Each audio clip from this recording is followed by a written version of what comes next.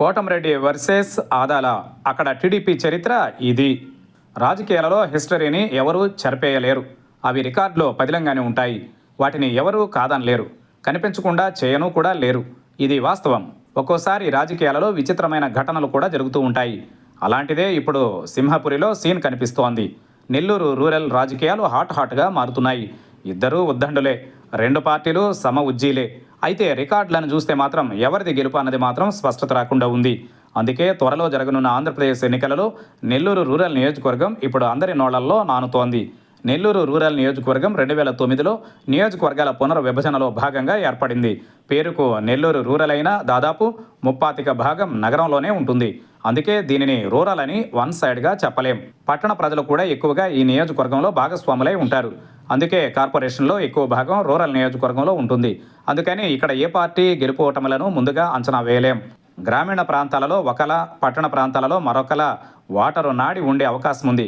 కానీ ఈ నియోజకవర్గం మిక్స్డ్గా ఉండడంతో ఇక్కడ ఎవరిది గెలుపు అన్నది ఈవీఎంలు తెరిచేంత వరకు చెప్పలేం.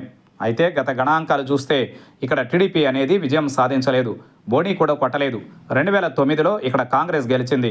అప్పుడు ప్రజారాజ్యం 2వ స్థానంలో నిలిచింది. 2014 ఎన్నికలలో టీడీపీ పొత్తులో భాగంగా బీజేపీకి కేటాయించింది. అయితే అప్పుడు కూడా టీడీపీ మిత్రపక్షం గెలవలేదు. 2019 ఎన్నికలలో టీడీపీ పోటీ చేసినా విజయం సాధించలేకపోయింది. ఇక్కడ సైకిల్ గుర్తు అసలు గెలవలేదు. కానీ ఈ ఎన్నికలలో కోటంరెడ్డి శ్రీధర్ రెడ్డి టీడీపీ అభ్యర్థి కావడంతో ఈసారి పసుపు జెండా ఎగురుతుందన్న నమ్మకంగా ఉంది. జనసేన టీడీపీ పొత్తు ఉండడంతో పాటు కోటంరెడ్డికి వ్యక్తిగత ఓటు బ్యాంక్ ఉండడంతో ఆయన తన గెలుపుపై గట్టి ఆశలు పెట్టుకున్నారు. తాను జనంలోనే ఉంటాను కాబట్టి రూరల్ ప్రజలు తనకు హ్యాట్రిక్ విజయం కట్టబెడతారని అనుకుంటున్నారు.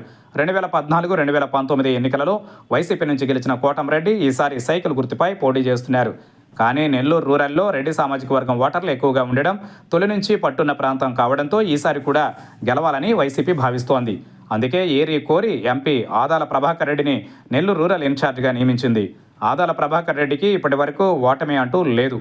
ఆయన 1999 నుంచి ప్రతి ఎన్నికల్లో ఏ పార్టీ నుంచి పోటీ చేసినా గెలుస్తూ వస్తూనే ఉన్నారు. ఎలక్షన్ మేనేజ్మెంట్లో ఆదాలకు దిట్టగా పేరుంది. అంతేకాదు సౌమ్యుడు కూడా. అందరినీ కలుపుకొని పోయే నేత కావడంతో వైసీపీ ఆయనను రంగంలోకి దించుతోంది. దీంతో ఎవరు ఓడినా రికార్డే, ఎవరు గెలిచినా అది హిస్టరీలో చోటు సంపాదించుకుంటుంది. అందుకే నెల్లూరు రూరల్ నియోజకవర్గంపైనే ఇప్పుడు అన్ని ప్రధాన రాజకీయ పార్టీల దృష్టి ఉంది.